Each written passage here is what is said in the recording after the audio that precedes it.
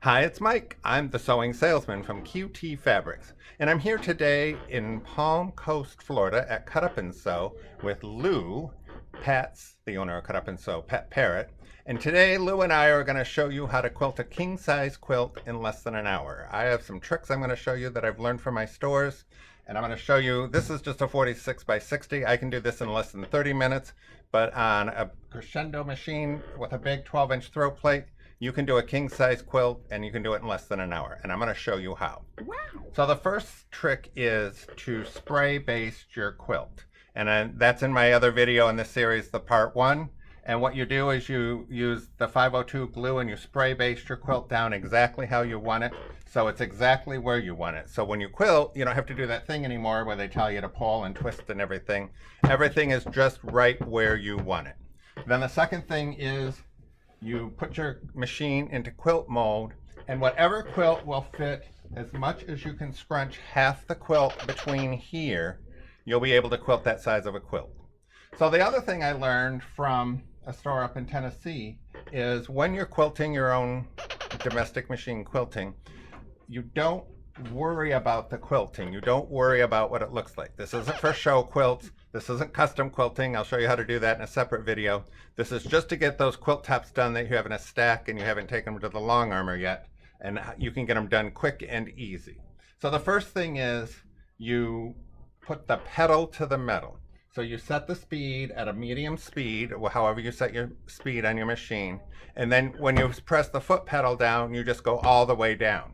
You don't try to control the foot pedal speed and this speed to try to get an even stitch. You just push the foot pedal all the way down and you try to keep this as even as possible, and it ain't going to be perfect. But if you're using a regular piecing thread, so I'm using a 50 weight piecing thread, you won't see the quilting that much, but your quilt will be quilted and then you can give it away and everybody will love it.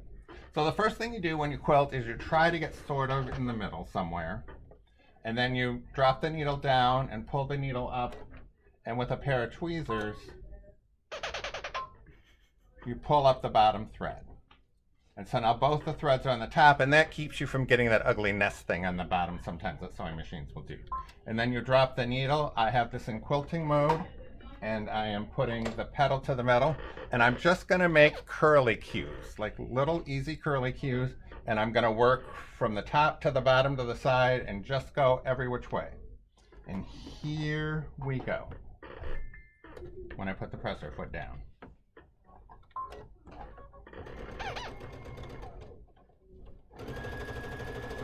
And all I'm doing is curving, and I like to stop and trim these threads off, then I don't have to go back and do it later.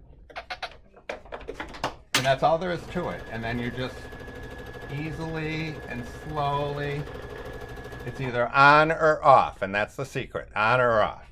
So I've got my timer here. Let me get my timer here on the phone.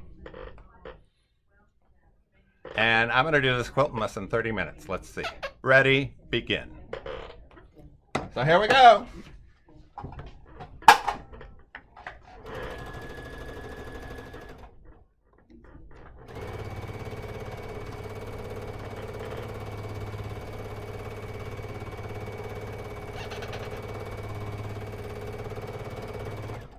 Another thing I do is I walk my hands. So I don't stop every time I want to reposition.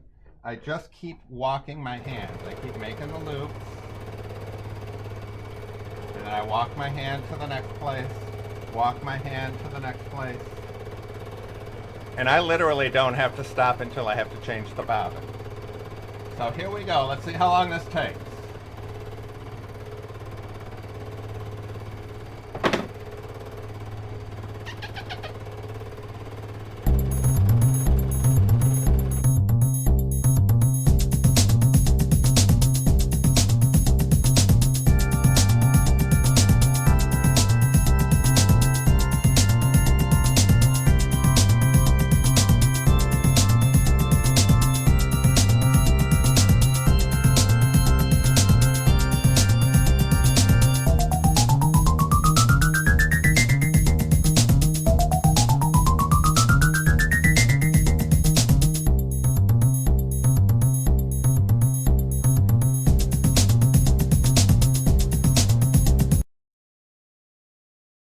So here's what to do when you need to change, when you run out of bobbin thread.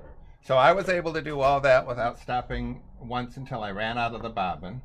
And so here's where my thread ran out, and I have these two little pieces sticking up. I pulled the bottom up to the top, and I changed my bobbin thread, and now I am going to lower my presser foot, and I'm going to about a ½ an inch back on where I was stitching before it ran out, drop the presser foot, bring the presser foot back up, and pull the presser foot up and pull up the bottom thread.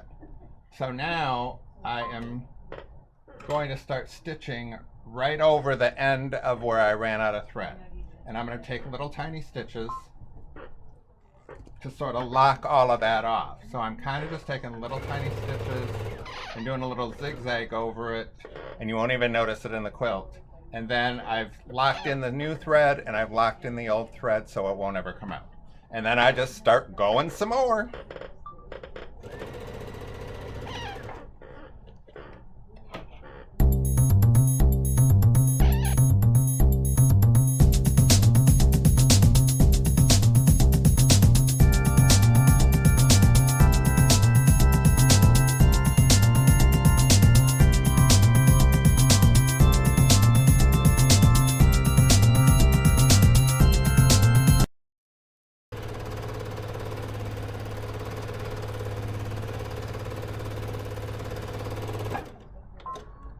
And we're done.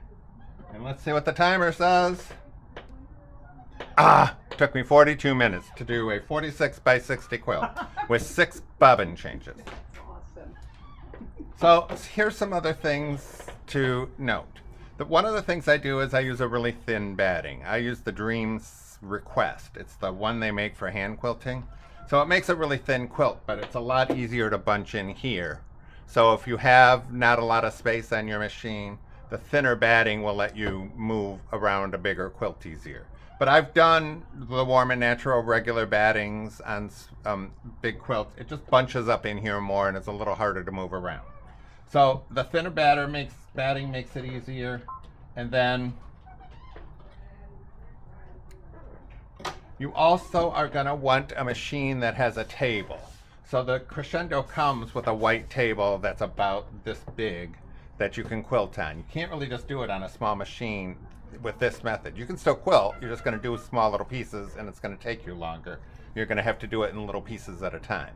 But with this nice big koala cabinet, I got to tell you, this was nice. But if you don't have the big koala cabinet, you can just use your machine with whatever table you have and then put some extra tables around or something and give your quilt something to lay on, and it makes it easier to move it around. There's also things called machingers, which are gloves with little rubber tips that make it easier to move your quilt if it's a little too slippery for you, which makes it a little bit easier. But that's it. And here's the secret. The quilting isn't perfect. You can't even tell. What you do see when you see this quilt is it's done. It's quilted in less than an hour. The back is no wrinkles in the back because I spray basted the back, so there's no puckers, no tucks. And now all I got to do is bind it. And in the next video, I'll show you how to bind this quilt in less than 30 minutes, start to finish. See you then.